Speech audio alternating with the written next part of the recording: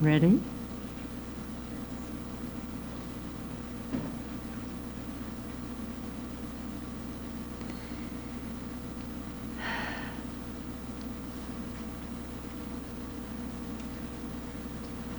I'm going to read you a few tidbits.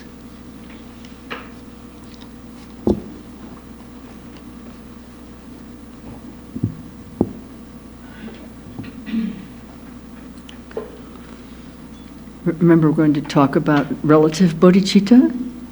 Yeah. So, the true nature of your mind and mind is the same as the true nature of every Buddha's mind. Did you already know that? Haha.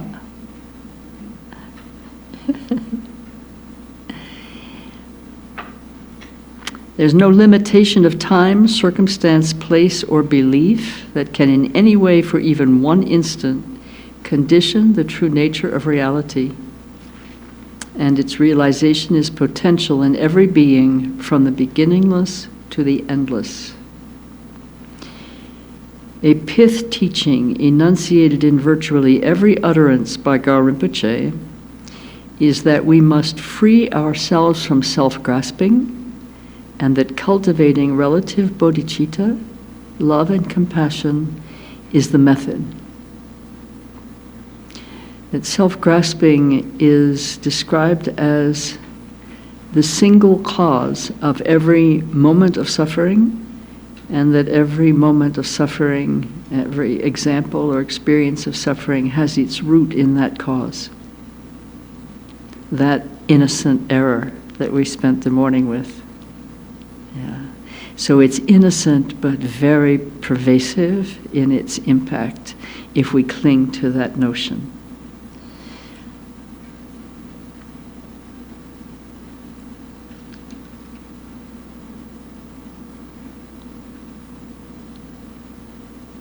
The simple explanation that Rinpoche gives that I just, I quoted from, is that that as we generate love and compassion for others, our fixation to self diminishes.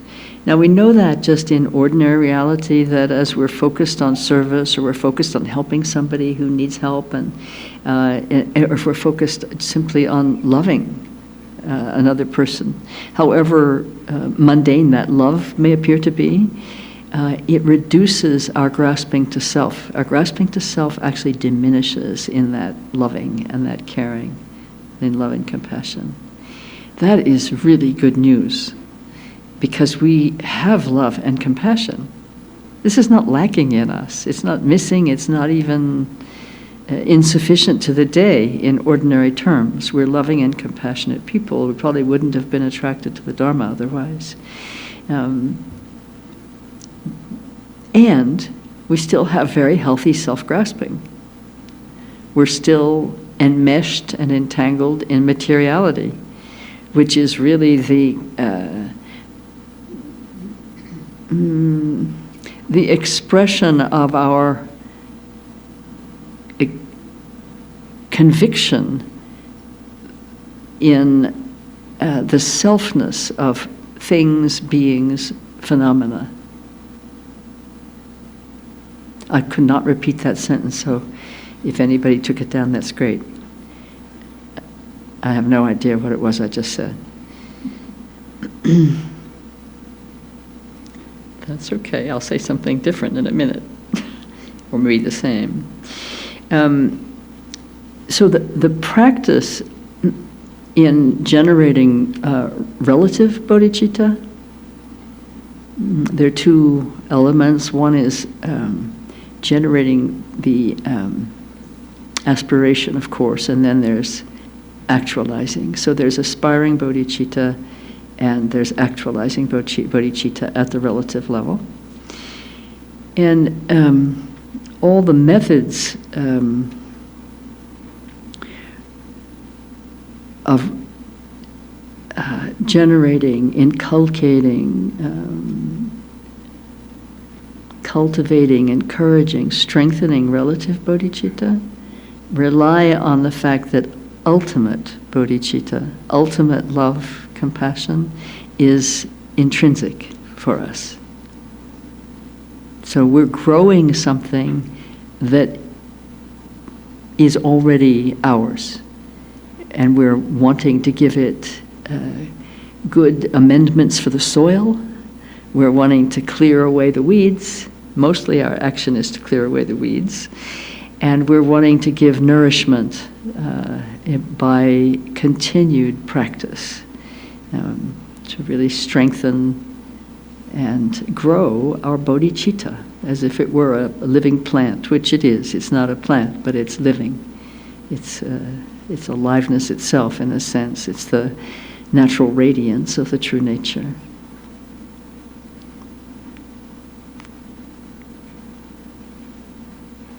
So there are 3 very simple practices that I really love for this purpose in a very simple way. They're not elaborate Dharma practices. They're not in the lexicon of our practice compendium particularly. They're quite ordinary, but they're very profound in their benefit for our being able to clear away what obscures the terrain in which the bodhicitta grows, and to nourish that terrain for the growth of bodhicitta. The first is the practice of gratitude. Very simple. Gratitude practice. And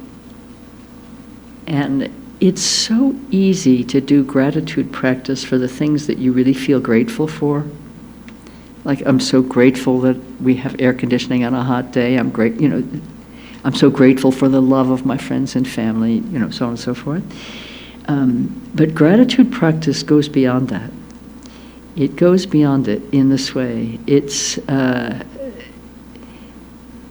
practice of an actual verbal expression, aloud or in silence or in writing, but aloud is very powerful, very helpful, for absolutely everything. Everything. And particularly on a hard day, or when you're in the midst of torment of some sort. And I came upon this when I was in the midst of really intense, profound, just unshakable grief for a deep loss. And I couldn't find my way through. I just couldn't get through it. I couldn't find my way through. So I went down to the creek. I was living in Vermont at that time, where I lived for a long time. So I went down to the creek. That's what we call it in Vermont. Whatever, and you think, I sat down, and my mind or my emotions or my body sitting on an uncomfortable, slippery, mossy rock, I put that in. So it was something just as it could be like this.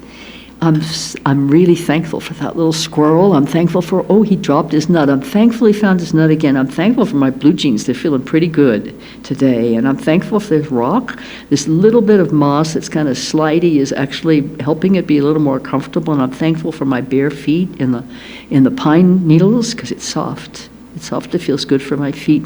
And I'm thankful for that rain that seems to be about to come. I'm thankful for the thunder I'm hearing in the distance. I'm thankful for this incredible suffering that I'm in, this deep emotional grieving. It's really showing me I'm awake. I'm thankful for being awake. I wish I weren't awake, but I'm thankful for being awake. It was like that. It was like non-stop observation of inner experience and outer appearances, and expressing gratitude for whatever crossed my mind, crossed my field of consciousness, and it broke me open. It was like a torrent, a cleansing torrent. And it just opened me up to this flow of gratitude that seemed to carry grief away on the current. Now, it wasn't that the grief was all gone. When the grief is that big, it's there for a while. But the sense of my being caught in it disappeared on the current of gratitude. So I commend to you strongly and with fervent appreciation the practice of gratitude. And so we're doing it for whatever we perceive, whether negative or positive in our perception. This trains the mind to recognize interdependence and to see what is very simply, very directly, without ornamentation and without elaboration.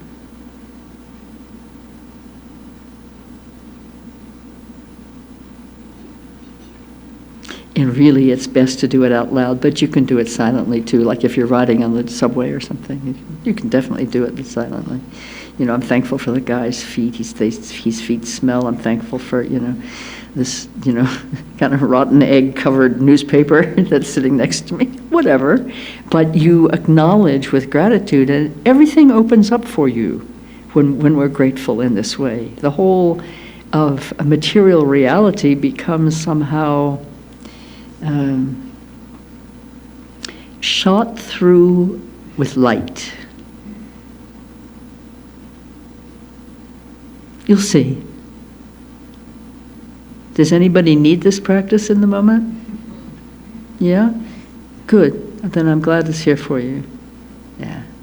It takes a little courage to sit down and do it, because you'd feel sort of silly, It's like, I'm going to open my mouth now. Okay, my mouth is open.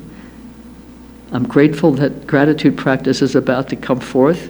I have no idea what I'm grateful for, but I'm grateful I got gratitude practice. I'm grateful I went to the center this weekend. I'm grateful I came home because it was really hot there. There was a lot of smoke. I mean, you can qualify, but, with gratitude. And it's fun, actually. It's fun, it's freeing. Okay. So that's the first of the simple. These are just ordinary practices. There's nothing fancy going on here. The second one is something I mentioned earlier in a slightly different context, noticing and contemplating examples of love and compassion in others, of beings great and small, human and non-human, past and present. And once you start looking for them, you're going to see them everywhere.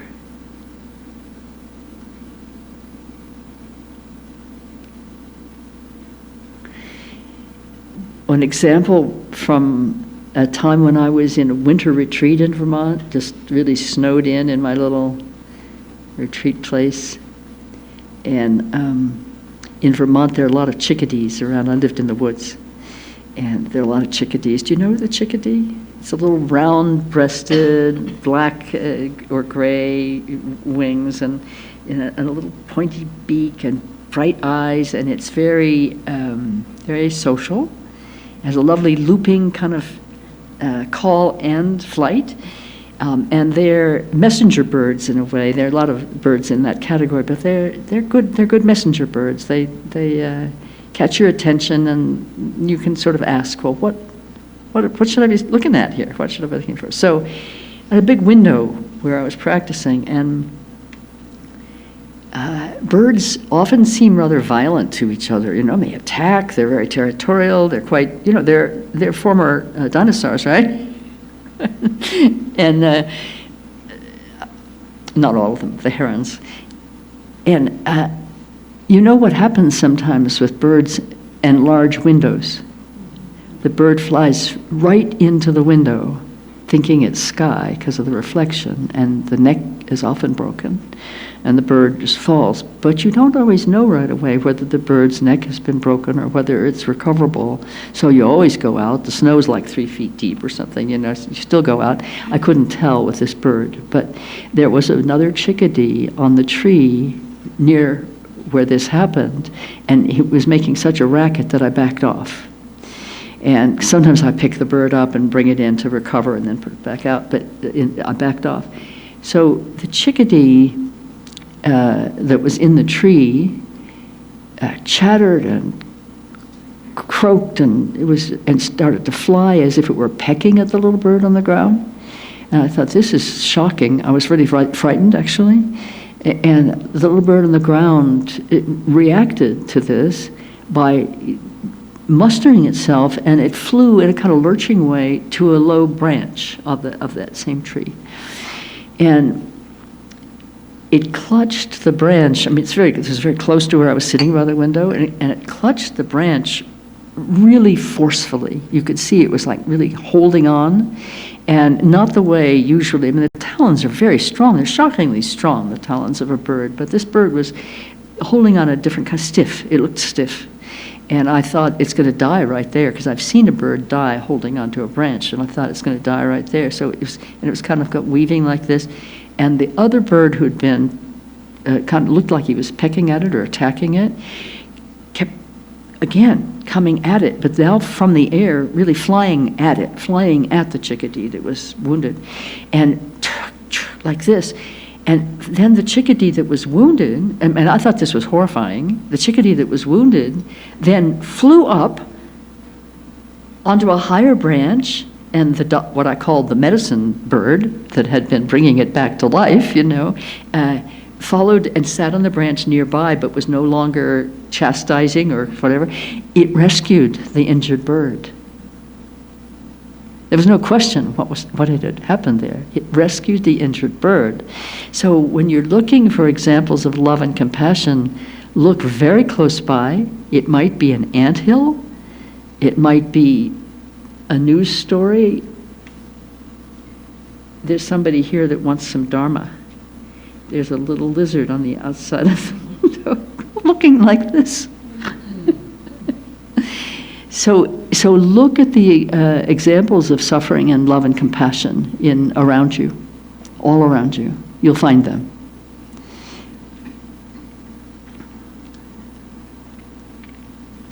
And remember, I spoke earlier about how contemplating our own sufferings was one of the really necessary ways of understanding the sufferings of others. It's also a very necessary way of understanding the nature of suffering, to see our suffering not as particular, unique, and special, but to see it as qua suffering, it as suffering as suffering. And it actually helps reduce our grasping and repulsion about particular instances of suffering that we're experiencing. Or even our repulsion and grasping to the appearance of suffering in beings, in other beings. And observing the suffering in ourselves and others heats up our desire to liberate all of us from the very causes of suffering, not just from the experiences of suffering, but from the causes, which are in self-grasping. So these are three very simple practices that are within your daily life frame. Nothing fancy. You don't have to wear any special costume or sit on any special kind of seat.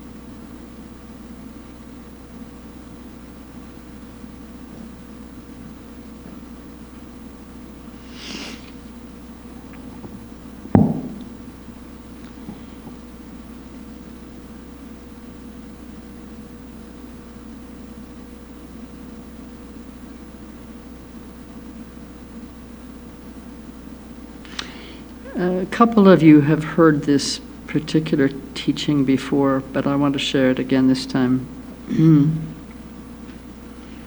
This is the manuscript that I'm reading from. So these are quotations from my book, so you will, if you see the book, you'll recognize some of these things as you've heard them before.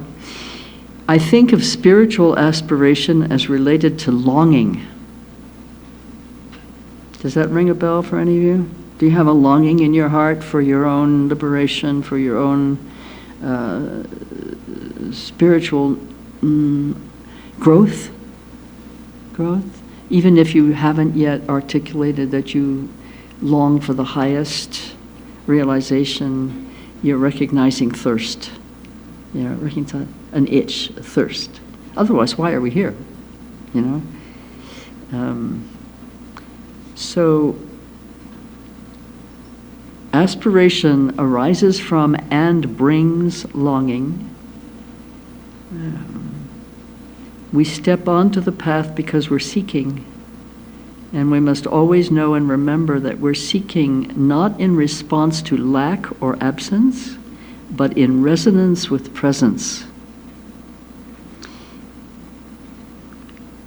Longing is a form of knowing.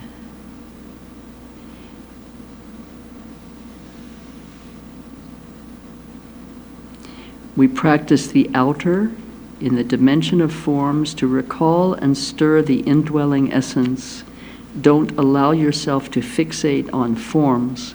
Go for essence. Be true to that. And I spoke earlier about heart over the fence, so I want to read this one last piece in this section. Find within yourself the source of your dissatisfaction with existence. Got any? Find within yourself the source of your longing. It's within you. That is divine dissatisfaction, wellspring of spiritual aspiration. And once you find your aspiration, I urgently implore you to give yourself to it 100%. Don't hold back, because aspiration will lead you to its accomplishment. But your spiritual aspiration has to rule you. It has to rule you. Don't try to tame it.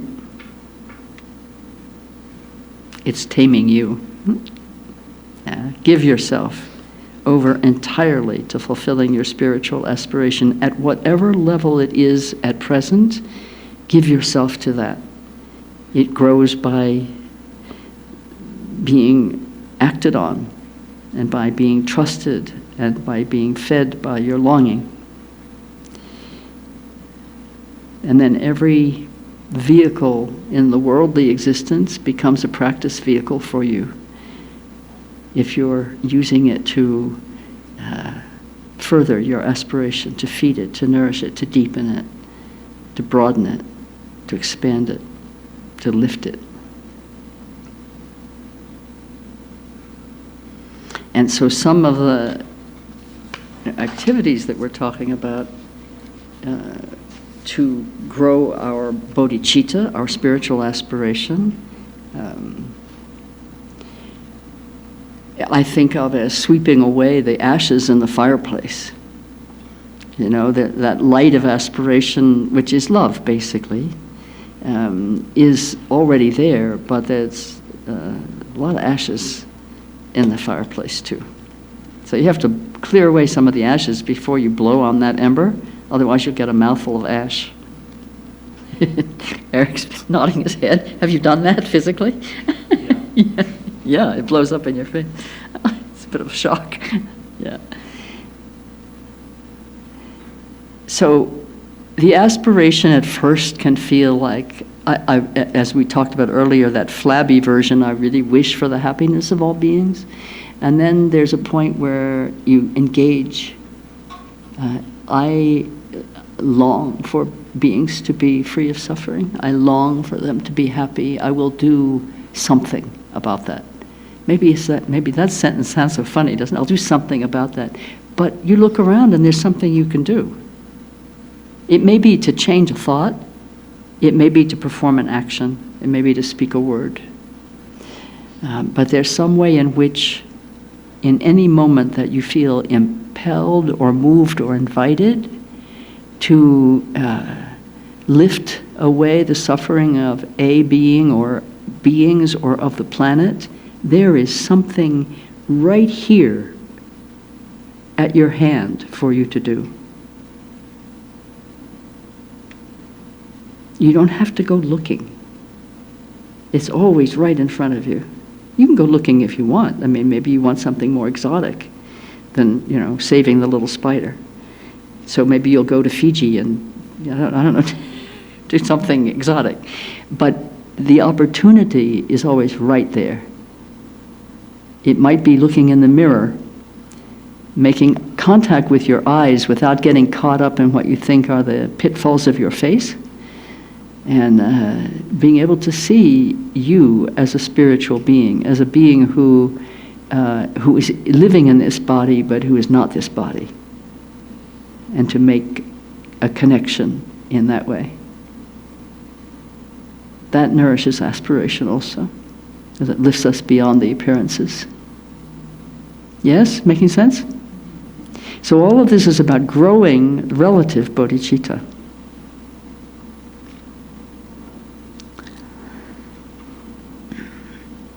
And then when it comes to beings,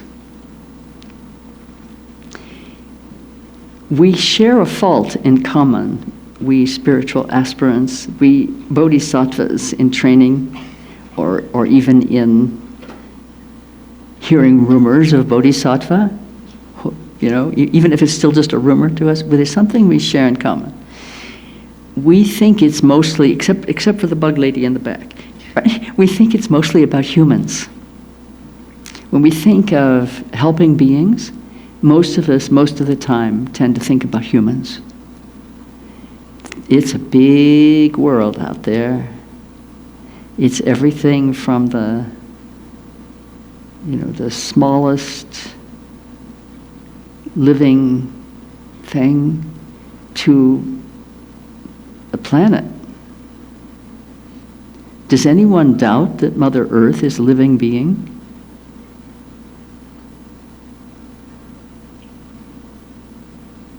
Do you think of the Earth as a living being, or do you think of the Earth as an inert planet that happens to grow things?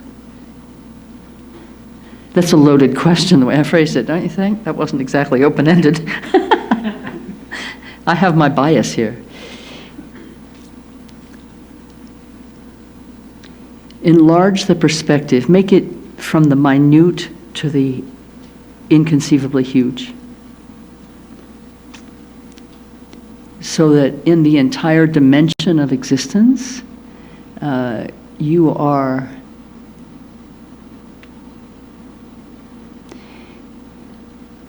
this is very dangerous.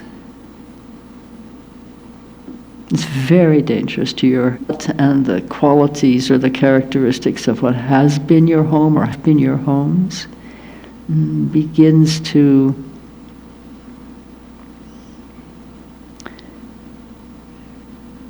it can be just as pleasurable and dear, but it might satisfy less. You might become more divinely dissatisfied.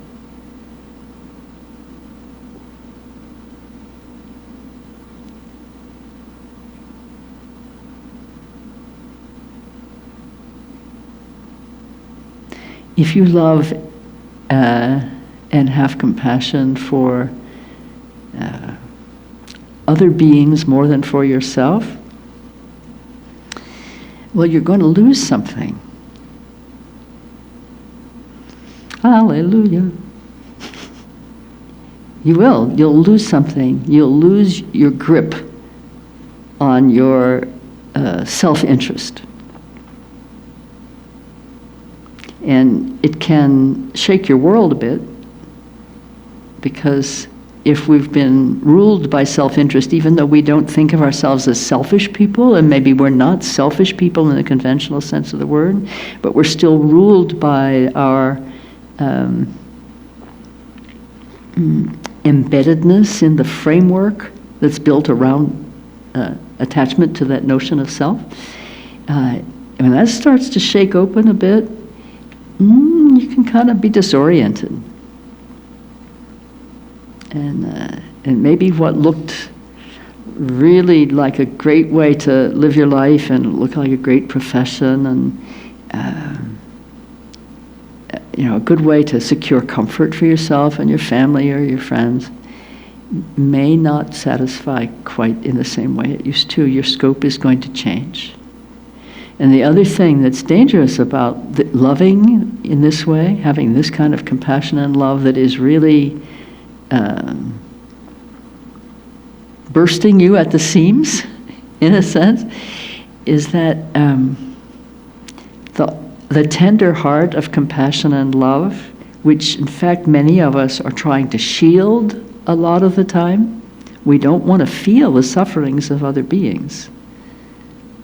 But that's what compassion is, feeling with, right? And so as you become more compassionate, your heart becomes more tender, and you will feel the sufferings of other beings. Little ego knows. Yeah, you will feel the sufferings of other beings. Garchen Rinpoche said in this beautiful, simple way, his language is so simple and direct. He said, when you are genuinely cultivating love and compassion, the sufferings of others will come to you. You will feel them. And that will lift the sufferings of others from them to some degree. He said, this really is true. He said, if we feel, it's because it's coming to us, and if it's coming to us, it's lifting from others. It's the efficacy of your tender heart, and your feeling that tenderness may be very confusing sometimes. I've experienced it sometimes. It's very confusing. Who's hurting me here? Why am I doubling over somehow with pain when I don't think there's anything going on with me here? What's going on? But just for an instant, somebody else's suffering has penetrated my little globe, my little, those little snow globes you turn upside down and it snows on the person in the globe, like that. Got turned upside down, I got snowed on. It is the natural. Have you heard of the practice of Tonglen, the practice of giving and receiving, exchanging self for other? I'll explain the practice a bit, but this is what Rinpoche said is an example of how that is the natural way of being of the Bodhisattva. You are always offering your own well-being in exchange for the suffering of others. That's just what a Bodhisattva is. So it's not as if there's a practice that needs to be done, but we do a formal practice about it, and also it's informally done in order to train. And that practice is called Tonglen, which means giving and receiving, or the exchange of self for others. Yeah? So, look at the little gecko on the window.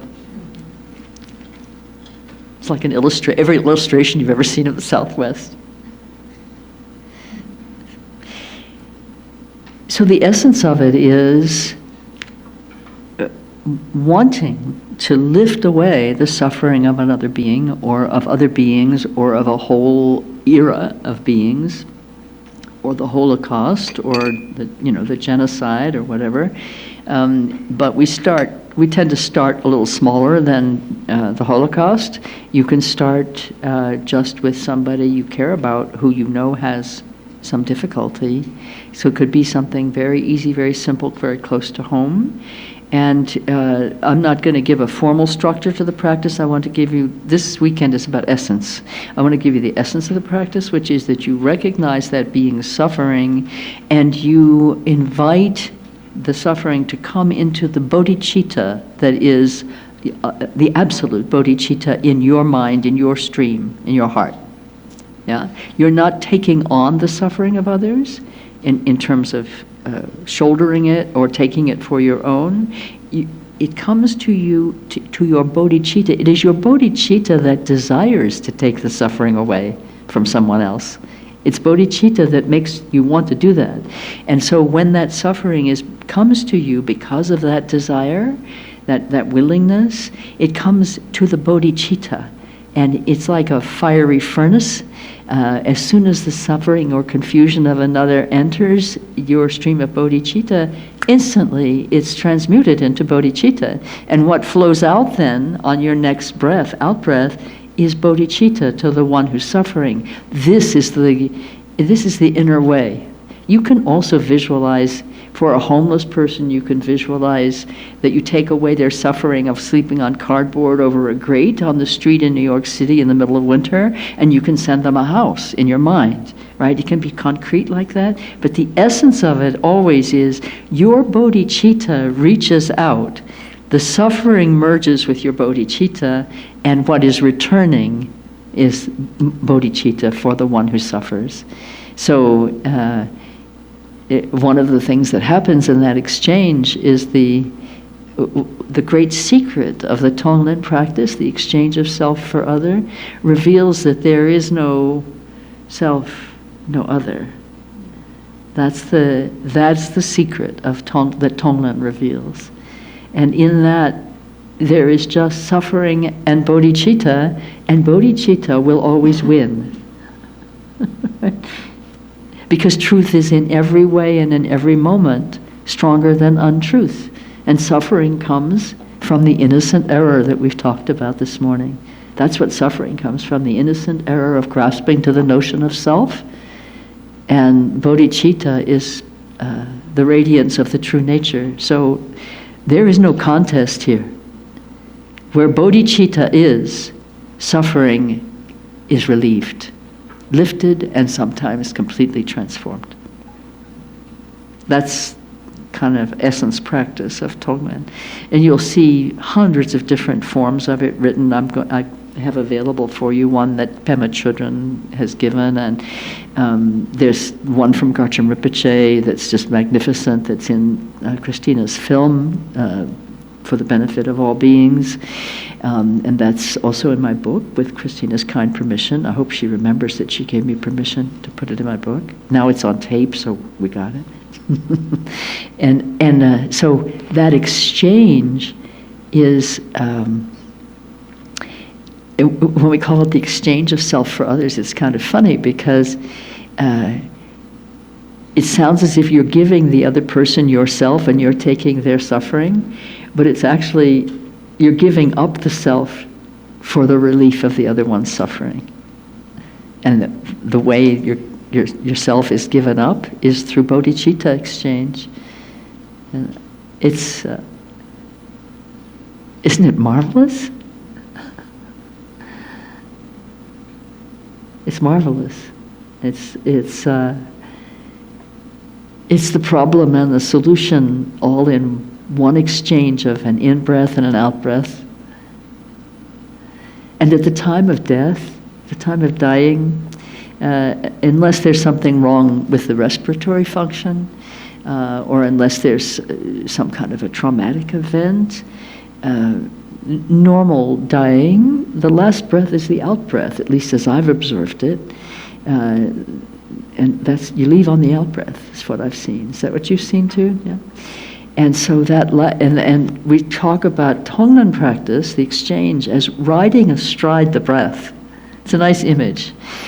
So on the in-breath, you receive the suffering. On the out-breath, they receive the bodhicitta, yes? So on the in-breath, we take in, this is at the moment of dying. On the in-breath, we breathe in the suffering of all beings. And on the out-breath, we are gone in bodhicitta. Our last breath, our out-breath, is the gift of bodhicitta for all beings.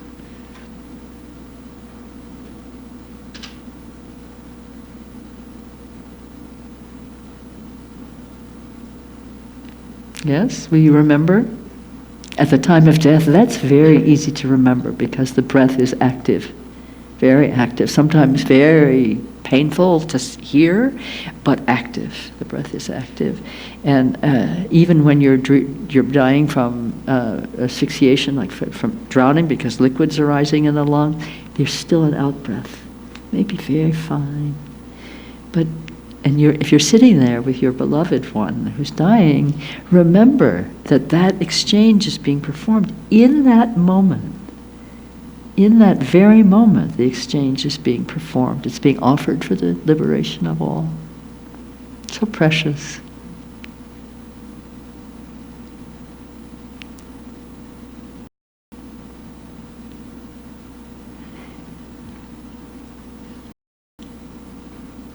Truly, the Dharma is the nectar of love and compassion. So.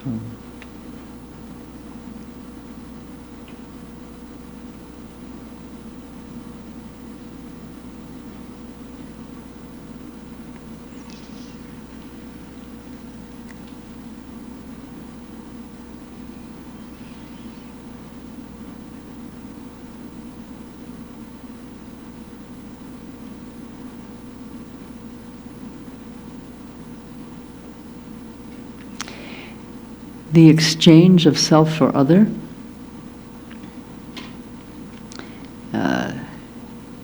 is the essence of what we're being shown in the verses 12 to 21. Did any of you have remembered to take a look at those verses? And what did you think? Oh my, this is impossible. This is outrageous. Not only that, it's very insulting, that I should put on my head as my guru the person who's just stripped me bare in public, outrageous. This isn't even reasonable teaching, much less a profound teaching. Okay, you can think that if you want. But if you look into each of those verses, 12 to 21, what's being given you is the practice of the exchange of self for others. You're taking that event and you're letting it turn you upside down so that the very thing that's the opposite of what you would want to do when these outrageous events occur in your life is the very thing that you do. You offer yourself and your praise for disparagement, your elevation of someone who's debased you, your thief becomes your generosity teacher. It's hilarious, actually, if you look at them that way. But these are tough teachers, these verses. Very tough.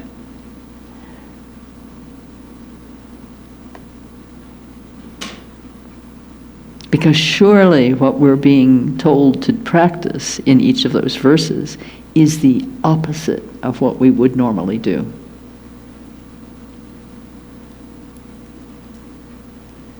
Shall we read those verses aloud together? Would that be helpful in sharpening our appreciation for the outrageous, profound, penetrating,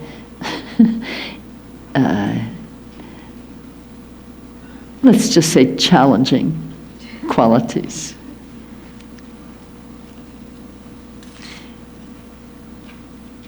I've taught a couple of courses on the 37 Bodhisattva practices. The first one took 2 years.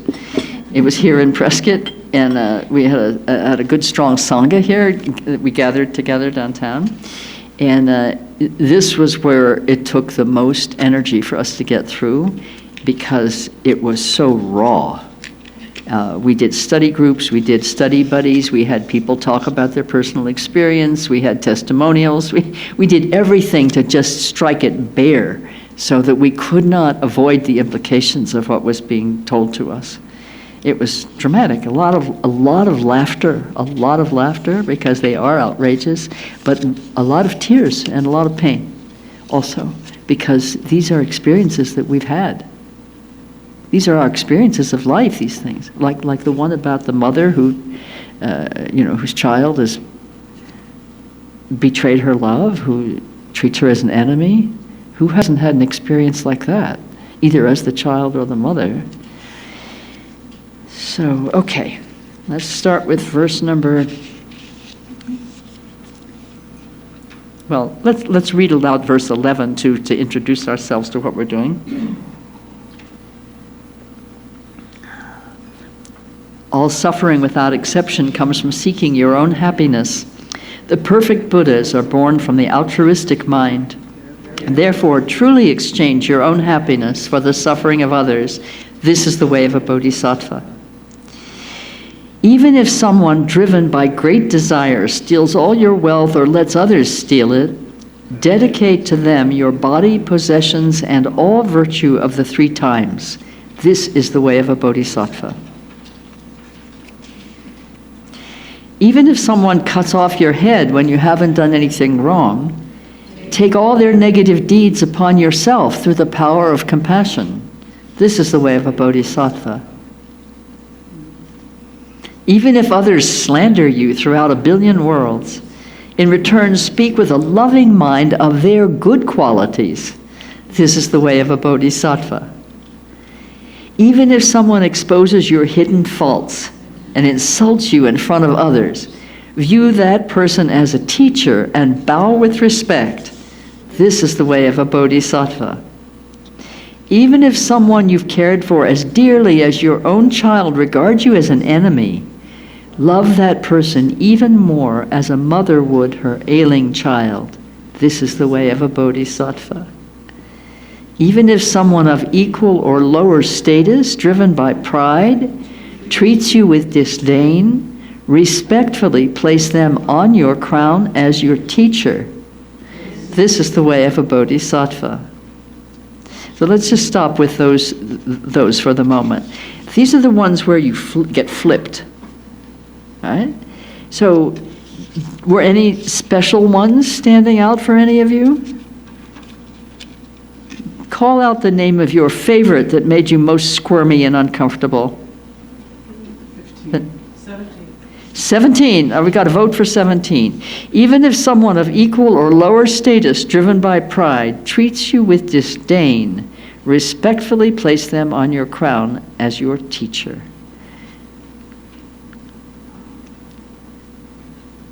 Ha, ha, ha.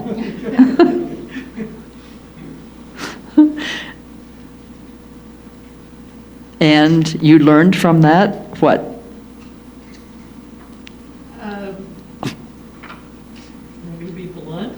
Why not? Okay. There's nobody here, but we're live streamed to the world through YouTube, so have at it. Don't flip them the bird back. Say again? Don't flip them the bird back. Pithy. Well said. Yeah. But isn't it shocking that somebody would treat you with disdain? I mean, that is so offensive to us, it brings the hackles up on our back. And then that person you place in the position that you place your holy guru, the most cherished, the most sublime, the most precious and beloved. You place them there on your crown, that one who just tore you down. Has anybody ever done that? I don't mean has anybody ever torn you down. I know that's happened. Have you ever placed such a person on your crown and bowed to them as your teacher? Yes, you have? And somebody's saying yes. And do you want to say anything about that? I'm looking at you, my dear. Yes. Yes. You. Yeah, you. Do you want to say anything? Well, it's very freeing, actually. You felt very freed by it. Yes. And was it difficult to do? It's like the exchange has to happen in my consciousness. The exchange has to happen in your consciousness. There's just a flip. A flip, And yeah. then, and it brings a freedom. She's testifying. She's testifying to the direct experience of freedom coming from this reversal, from offering that exchange. Because this is Tonglen in practice. You're offering your well-being or your perceived self-satisfaction in exchange for the other person's abuse of you in some way. Well, Yes? I had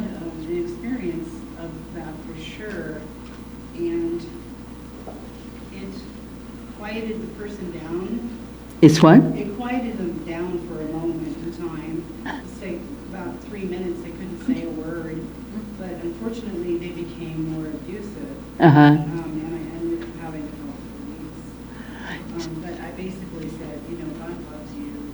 You basically what? I told the person when they were going off in their skid row mentality, is the best way to describe it. And I said, you know, God loves you very much, and that shut them up. But then it turned into more abuse. So Really? It was, yeah, it was an interesting experience because, you know, I turned it for a short time, but You turn. So every time we can turn it for a short time, it weakens the habitual response of reactivity, right? And so there is that freedom, and the freedom may not last and be all pervasive, but it weakens just one at a time, one instant at a time. When we react differently, that habitual response is weakened. Yeah. So the person went into, like, you know, a stasis, I say. the person what? Went to stasis while they're trying to... I'm sorry, I'm not able to hear. Here's a microphone coming for you. This way, your question will be online as well. It's kind of interesting to see it because you could just watch them. They went into like stasis, like they weren't moving. They were trying to digest what I had just said. Let Christina adjust your mic so that we can hear. So anyway, it was interesting to observe. And then I think I was called all kinds of things that I'm not, you know, so then it turned into another verse, right? Slander type thing. And I just was like, okay, what? And the person got too close to me and was in my face screaming, and I was worried it was going to turn into physical. And the person did have a history. It was a neighbor. It wasn't even a person. We're trying to get the microphone to work so that we can hear our friend speaking about her experience. It was a neighbor that probably normally would have been evicted by normal property management people, but didn't. And we were like doing yard sales out front. And it was just a really weird experience to the world that lived in there. They all knew that person was that way, but that was my best response to handle it. And sometimes you have to let go and realize you can't help that person much more than what you just did. And did it give you more courage to have had that experience? Did it give you more courage? It helped me just because I responded. I was happy with myself that I responded that way. You were what? I was happy with myself that I responded that way, Yes. even though it went kind of on the crazy side. And in the end, I didn't get hurt, but there is a part when somebody is ranting on you and you're really angry, when you say you do the exchange, sometimes for me it feels like my energy, my aura has been totally thrown up on and it hurts. So I don't always have the easy exchange back. So that would be good to get better at the exchange. Well, if you will study these, you'll see that how the exchange works in all the various different kinds of circumstances from 12 to 21 in these verses, and it may help you in those situations where in the moment it's very pressured, but you can see that there's a common element here, and it helps you just shift the way you think and think, okay, what would be the exchange here? So thank you. Thank you. Yes, Little Eagle. You'll let her give you the mic because otherwise I won't hear you. It's not perfect, but it's better than not having it at all. It's Little Eagle here in the back with a visor cap.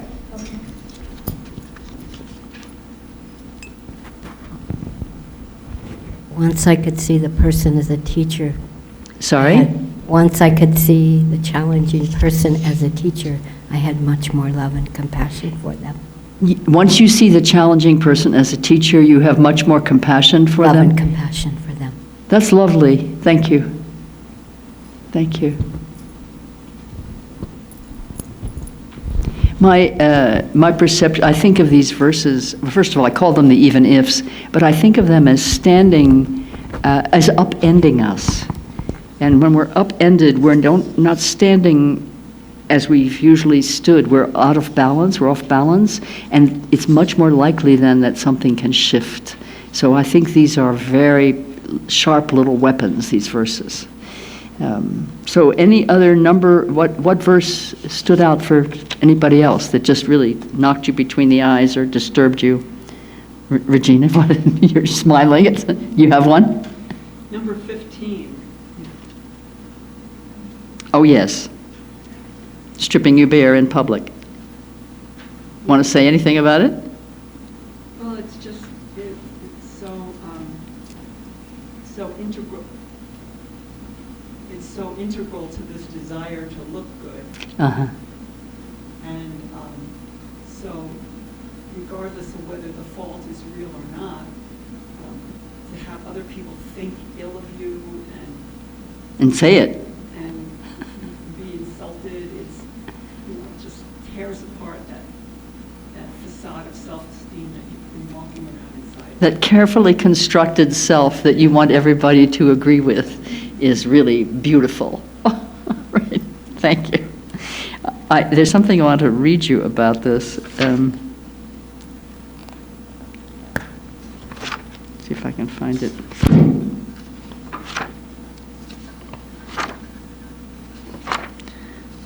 I won't find it that easily, I'm sure.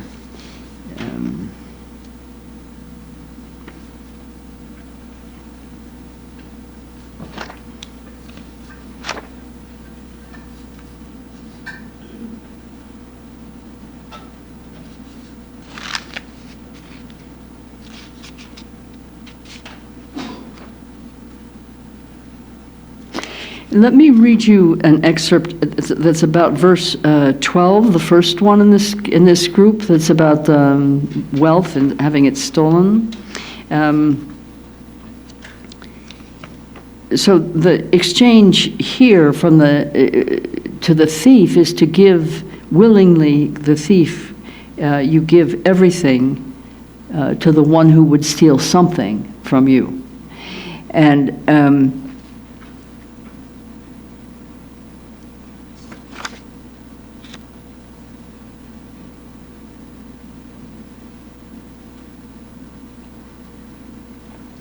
One of the powerful gifts of Tokme Zangpo's essence teachings is that they clearly, even dramatically, point the way to freedom through our confusion about phenomenal existence. And that's what our friend was speaking of when she spoke about feeling a sense of freedom. So in these verses, these particular verses, the view, the spiritual view that penetrates confusion and illusion is really dramatically exemplified.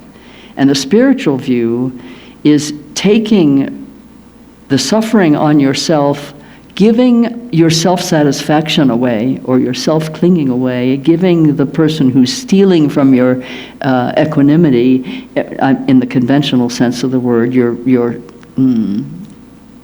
pleasure in yourself, stealing that from you, you are choosing to join. This is kind of like the principle of martial arts, isn't it? In the direction that the attack is coming from, you go there and turn it. You go with that energy and then you give back, not to harm, but to deflect harm. So you're exchanging energetically, if we can look at that dance form of Tai Chi or some of the other forms, you're energetically receiving what feels harmful and hurtful to you, and you're turning it into the gift of energy freshly given to that one who would have brought you down. Yes? So even in our physical way of being with an attack, we can learn how to do that. That's a graceful move that takes the energy that's given and turns it to good. Because you don't use that energy back against the assailant, you disarm the assailant by returning that energy in the energy flow, not as a counter, but as a going with. Does that make sense to you? Enough of you have martial arts experience to recognize that description? Yeah, some, okay.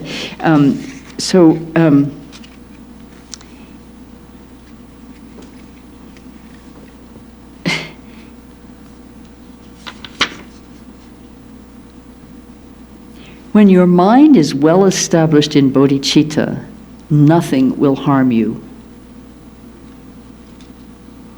It is the perfect armor because it is love.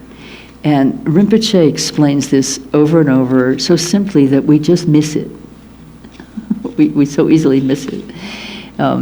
It's that when our mind is settled in love and compassion for the one who would strip us bare, or the child who would betray our love, or whatever the circumstance may be, the even if circumstance, when our mind is settled and stable and committed in love and compassion, we're not thinking of ourselves. We're thinking of the well-being of the other. And then there is nobody to receive harm. When we're thinking of ourselves, we're all stiff and ready for something to hurt us. When we're thinking of the other, we're thinking only of the well-being of the other. So there is no self to be harmed. Now that's a very radical view. Practice it to see how practical it is. Don't take it as a teaching that sits on the shelf for you. Cultivate love and compassion for the harm doers, and your ability to be harmed by their actions or thoughts or intentions towards you it's no longer. You can't be harmed by them. It can look as if you're harmed. Your body might be harmed. You might be killed. You might be killed. Have you heard of the Tibetan Lama named Palden Gyatso? You have heard of him? He was imprisoned, like Rinpoche, for many, many years in one of the labor camps or prison camps in China. He was a Tibetan Lama, and when he was released from prison and he came to India, he met with His Holiness the Dalai Lama, and the Dalai Lama, the Dalai Lama has a quality of curiosity that is very childlike, in the sense that he just really wants to hear about you. He wants to hear about your experience. He wants to hear about you and how you think and how you see things. So he asked this and Palden Gyatso is very small, and Dalai Lama is this big, vital, dynamic, very muscular kind of energy, and Palden Gyatso was quite small and slender. And he asked the Lama, he asked Palden Gyatso, while you were in the prison camp, it seems to me you must have at times experienced or faced great danger.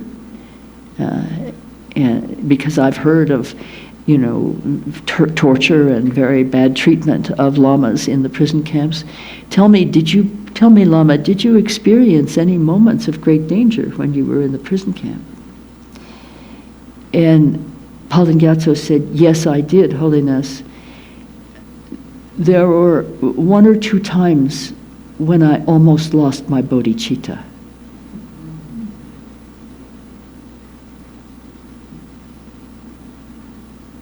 I pray that we will all be like that. Our bodhicitta is our most precious possession. Nothing is more important than our love and compassion, our bodhicitta. Our desire, our commitment, our efforts, our dedication to lifting beings from suffering, to lift suffering from beings, to nourish and grow this seed of selfless love that allows us to recognize all beings as one with us, and to cherish them even more than we cherish those we cherish most, and to love them even more than we love ourselves. It's taught in the Buddha Dharma that compassion is the wish that another being not suffer, and that love is the wish that another being have happiness. And that courage comes from compassion. that the wish that another not suffer gives rise to courage that you can act on in order to protect and defend and lift away suffering from that being. And then Rinpoche taught me, I think he said in public too, but in private, one day we were having a conversation, he says, but Barbara, great courage comes from love. He said, courage comes from compassion, but great courage comes from love. And I've reflected on that a lot in the years since he said that to me. And just at the most practical level, it's much easier to wish that somebody wouldn't suffer, particularly, let's say, an enemy, as some of these people who assaulted our sense of ourselves in verses 12 through 21. It's much easier to wish that an enemy or somebody you don't even know or are indifferent to would not have suffering.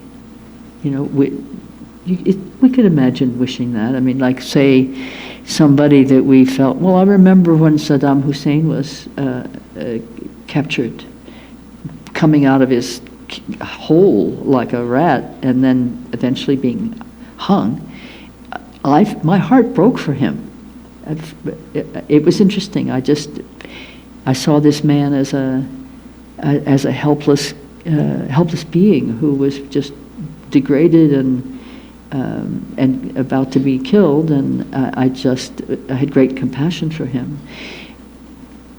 But I don't know, during the years that he was alive and causing such great suffering for so many, I don't know if I would have had enough love to wish him happiness. It was easy to wish that he wouldn't suffer, but to wish happiness is a different level of acknowledging the humanity or the beingness of another living being, to wish them happiness. So that at sort of a practical level helped me understand Rinpoche's teaching, but I think there's a deeper level that I want to touch briefly, that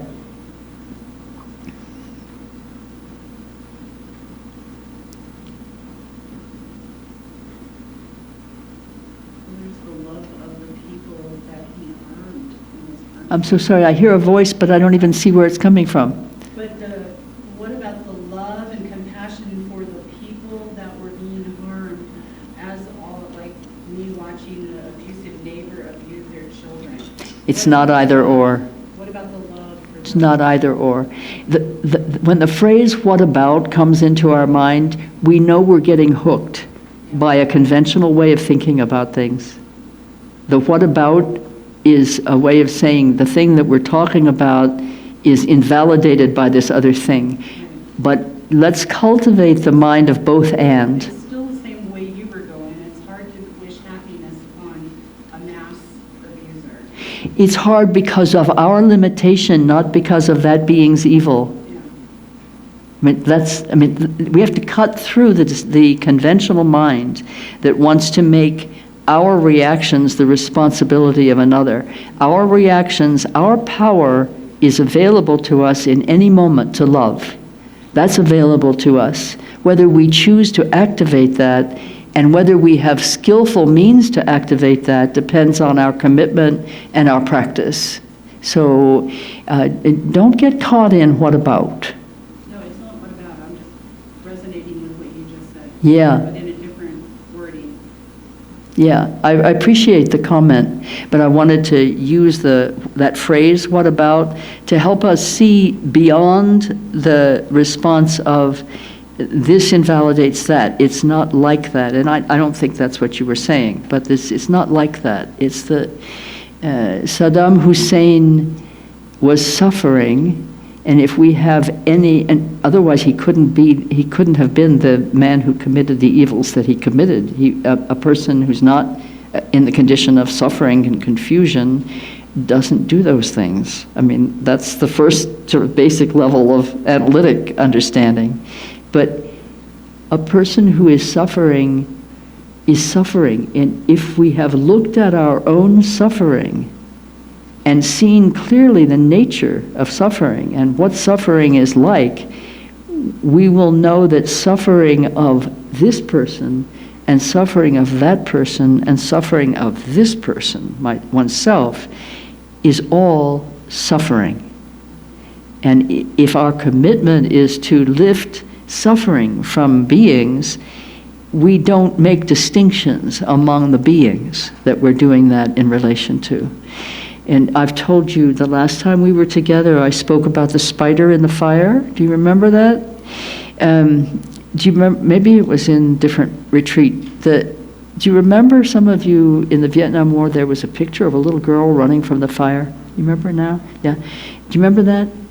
She was naked. She was running like this. She was crying out, and she had been napalmed, and some of her skin, I think, was falling. So one day I came to the stove to turn it on, and I didn't think first before turning it on. And as I turned on the flame, it was gas stove. A little spider came running out, and I saw that little girl. It changed my life. That experience changed my life. To see that spider and to recognize the little girl, that suffering is suffering, and we want people to be free not only of the experience of suffering, but the causes of suffering. And so when we're creating the exchange of self for other, we're not doing it just to relieve the experience of suffering, we're doing it so that the causes of suffering are lifted away. The ignorance that says there's this I and there's that other. There is no I, there is no other. Ultimately, now here in this relative reality, there's an I, there's an other, but that's an appearance. That's an appearance. In the field of suffering and in the field of love, there is no I, there is no other. Yes? Okay. Are you ready for a little break? I have no idea how long we've been here. Oh, just about an hour and 15 minutes, something like that. So let me just check the agenda for the afternoon to see where we are.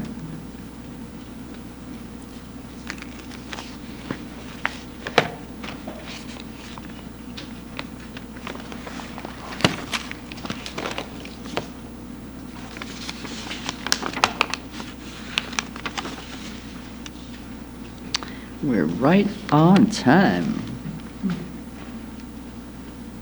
Let's take a little break. And I want to speak in a more general way about bringing suffering onto the path when we come back. Okay? 15 minutes? Are you good? There's a deep silence in here. Maybe it's a thoughtful silence. Maybe it's a postprandial silence. It's all good. So, see you in 15 or 20. Take 20.